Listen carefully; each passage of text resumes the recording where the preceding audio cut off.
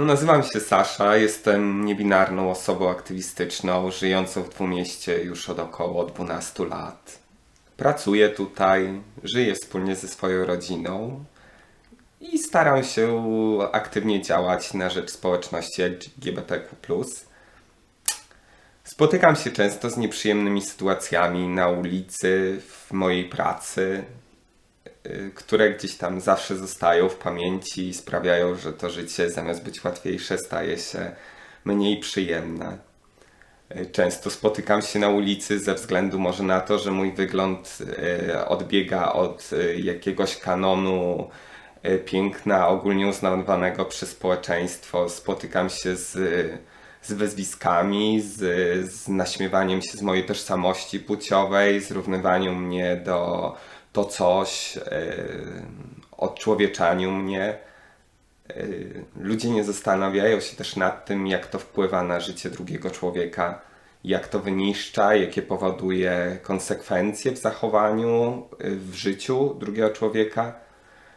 Często jest tak, że sam przez to wszystko, nawet nie doświadczając w danym momencie homofobii czy queerfobii, to wszystko jest tak głęboko we mnie zacietrzewione i wrośnięte, że zwykłe wyjście do restauracji powoduje u mnie stres, niepokój. Cały czas jestem w takiej jakby gotowości na atak drugich osób, że nie umiem odprężyć się i normalnie funkcjonować. Często zwykłe przejście po subickim deptaku w tęczowej maseczce czy z większą biżuterią jest przez to wszystko stajesz się celem jakby dla tych osób, celem ataków, wyzwisk, popychania, w takich abstrakcyjnych sytuacjach opluwania. I to się dzieje tutaj, to nie dzieje się sporadycznie, to są sytuacje, które się powtarzają, które spotykają cię praktycznie codziennie. W sklepie, w kinie, w restauracji, w urzędzie miasta, gdzie ludziom może się wydawać abstrakcyjne, że takie zachowania mogą mieć miejsce w tych lokalizacjach. No a niestety tak jest. Rozmowa z panią w urzędzie, która pod nosem śmieje się i mówi, że twoja rodzina w świetle prawa nie jest rodziną. W sklepie kasjerki, które patrzą się na ciebie i krzywo i po wyjściu ze sklepu słyszysz, jak rozmawiają o tobie, komentują twój wygląd, twoje ruchy. To bardzo uderza i bardzo pokazuje ci, że nie jesteś na równi, tylko jesteś czymś gorszym, czymś, co nie jest okej w społeczeństwie. Widzę brak reakcji osób trzecich, kiedy spotykam się z daną sytuacją, kiedy jestem obrażany na ulicy, bez względu na to, czy coś powiem, ze względu na mój wygląd, że nie ma reakcji osób trzecich, że rzadko zdarza się, żeby ktoś się za tobą wstawił, żeby ktoś powiedział: słuchaj, to nie jest okej, co robisz. Nie chodzi o jakieś wielkie słowa, ale powiedzenie: to nie jest okej. To nie jest twoja sprawa, odejdź. Nie podoba ci się, nie patrz. Bo tak powinno być. Jeżeli coś mi się nie podoba, to odwracam głowę. Nie patrzę. Nie podchodzę do nikogo i nie pluję na nikogo. Brakuje refleksji w tych ludziach i brakuje świadomości, że to, co robią, to odczłowieczanie. To zabieranie komuś człowieczeństwa. To wymazywanie kogoś ze społeczności. Bardzo ważne jest to, żeby reagować, żeby mieć otwarte oczy, żeby nie odwracać głowy, żeby nie uciekać od problemu tylko dlatego, że nie mamy wiedzy. Musimy normalizować pewne rzeczy, musimy o nich mówić, żeby ludzie tacy jak ja stawali się widoczni, żeby ich nie usuwać ze społeczeństwa, żeby nie chować ich, nie wstydzić się ich, żeby pokazać, że orientacja seksualna czy tożsamość płciową nie jest niczym złym. Jest normalna. To jest normalna rzecz. Myślę, że też taką bardzo ważną rzeczą jest to, że my nie musimy siebie do końca rozumieć. My nie musimy lubić, my nie musimy pochwalać tego, co robimy. Ja nie muszę pochwalać związku innej osoby i ona nie musi pochwalać mojego.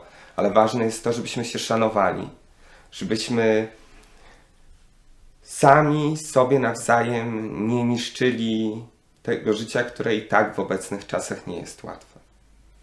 I myślę, że to jest najważniejsze, żeby nie być obojętnym, żeby nie przechodzić obojętnie obok słabszego, obok cierpiącego i żeby otwierać głowę. Subice to specyficzne miasto, które żyje razem z naszym sąsiadem z zamostu, z Frankfurtem. Mamy dostęp do dużych miast, jesteśmy na zachodzie, w centrum Europy. I myślę, że jest duża część społeczeństwa w Subicach, która zachowuje się albo stara się zachować poszerzać swoją wiedzę, szanować drugą osobę, pomimo tego, że jest też ta część, która zachowuje się karygodnie i niedopuszczalnie. Wydaje mi się, że ryba psuje się od głowy, czyli od włodarzy. W obecnej sytuacji myślę, że jedynym, kto może całe społeczeństwo ruszyć i pokazać dobrą postawę, są rządzący. Jeżeli widzimy, że na szczeblu tym państwowym dzieje się źle, to nie znaczy, że nie możemy zrobić nic na szczeblu lokalnym, samorządowym.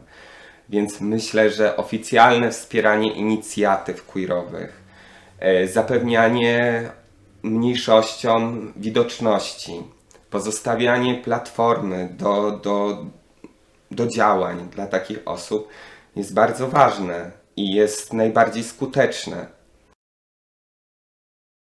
Udało nam się w tym roku zorganizować drugi Pride, drugi Marsz Równości, Pride, Dumy, Marsz Dumy.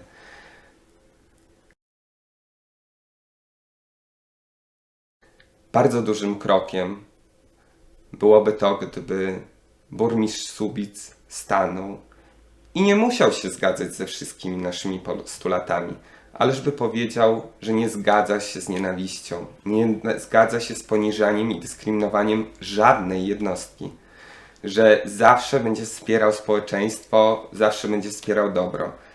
I myślę, że to w danym momencie to jest najważniejsze, że może nie można zmienić wiele, że na szczeblu lokalnym nie możemy zmienić prawa, ale na pewno możemy pokazać dobrą, godną postawę. I możemy działać oddolnie, możemy tworzyć inicjatywy, może niewielkie, ale wspierające przynajmniej lokalną społeczność. To znaczy organizowanie pomocy psychologicznej, organizowaniu pomocy prawnej, sprawdzaniu sytuacji homofobii, queerfobii w szkołach. To są rzeczy, które nie wymagają dużego nakładu pracy, wymagają głównie rozmów. Wymagają jedynie otworzenia oczu i poświęcenia trochę czasu na to, co się dzieje dookoła. A niestety myślę, że tego tu u nas brakuje. Nie twierdzę, że są tylko te przykre sytuacje, że przez to, że człowiek działa, chce coś zmienić, chce sprawić, aby nasze życie było trochę łatwiejsze i godniejsze, że nie spotykamy się z fajnymi, miłymi sytuacjami, miłymi aspektami tego wszystkiego. Samo to, że w Subicach i we Frankfurcie udało nam się jakoś zebrać ten queer, poznać się nawzajem, wymieniać się doświadczeniami, próbować przebić się, próbować reagować na agresję, właśnie na jakieś akty dyskryminacji, jest niesamowitą wartością dodaną, którą osiągamy przez swoją działalność. Udało nam się stworzyć fajną inicjatywę w naszym dwumieście, kolektyw Queer nad Odrą, niebawem zarejestrowane stowarzyszenie. To bardzo ważny moment w życiu, lokalnym życiu społeczności LGBTQ+, ponieważ ważna jest ta widoczność dla młodych osób poznających siebie, poznających swoją tożsamość płciową, orientację seksualną. Bardzo ważnym tym punktem jest to, żeby wiedziały, że nie są same, że sama ta świadomość tego, że nie jestem sam w tym mieście, są ludzie tacy jak ja. Jeżeli mam problem, to może bałbym się powiedzieć rodzicom, ale napiszę, poradzę się nawet anonimowo osób takich jak my. To jest super ważne. To nie jest tylko tak, że cała działalność Queer nad Odrą czy grupy Pride'u ogranicza się do tylko Marszu Równości. Marsz Równości to jest ten moment, kiedy my świętujemy swoją dumę, kiedy my świętujemy to, że kolejny rok udało nam się tutaj być i żyć i funkcjonować, ale za tym kryje się cała siatka działań. Cała siatka działań edukacyjnych, edukowania nauczycieli, edukowania gron pedagogicznych, pedagogów, psychologów, zapoznawania z takimi podstawowymi pojęciami na temat społeczności LGBTQ+. Jesteśmy na etapie, myślę, ja i moje stowarzyszenie, i jesteśmy na etapie, kiedy my nie wierzymy już i nie czekamy na zmiany prawne, bo czekamy na nie już kupę lat i nie doczekaliśmy się jakichkolwiek efektów.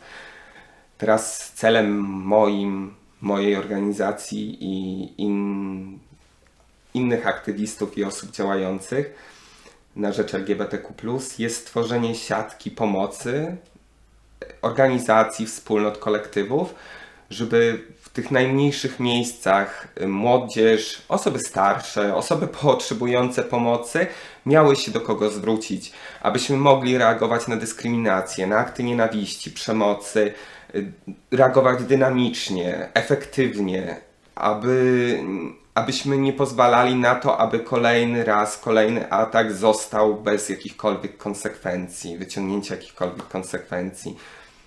Myślę, że to jest w tym momencie, w czasach, kiedy ta nienawiść jest na tak wielką skalę i jest podsycana codziennie przez rząd, przez partię rządzącą i przez konserwatywne środowiska chrześcijańskie. Myślę, że w tym momencie jest to najważniejsze, aby pokazywać młodym ludziom, że nie są sami i że to, co się o nich mówi, nie jest prawdą, że jest to zakłamywanie rzeczywistości. To nie jest jedna osoba, to nie jest Sasza w Słubicach, tylko nas jest wiele. To jest kolega z boiska, to jest koleżanka z banku, to jest osoba, z którą mijam się codziennie na moście. Często spotykam się z głosem społeczności, że działania polskiego queeru, polskich aktywistów są zbyt radykalne, obrażają uczucia religijne, są zbyt hardkorowe, zbyt niegrzeczne. Tylko nasze działania trwają już 30 lat, więc warto postawić się może w sytuacji tych osób homoseksualnych, które grzecznie proszą i kulą głowę, prosząc o równe prawa, o szacunek, ale nic się nie dzieje. Więc skończył się ten czas, kiedy osoby nieheteronormatywne, niecis-płciowe stoją kulą głowę i proszą. Przyszedł czas na to, że w tym momencie my żądamy równych praw. Cieszę się, że coraz częściej, mimo wszelkich przeciwieństw i strachu, staramy się być widocznymi, usłyszanymi i głośno mówiącymi, kim jesteśmy. Jesteśmy częścią społeczeństwa i nie damy się z niego wymazać. Happy Pride for everyone!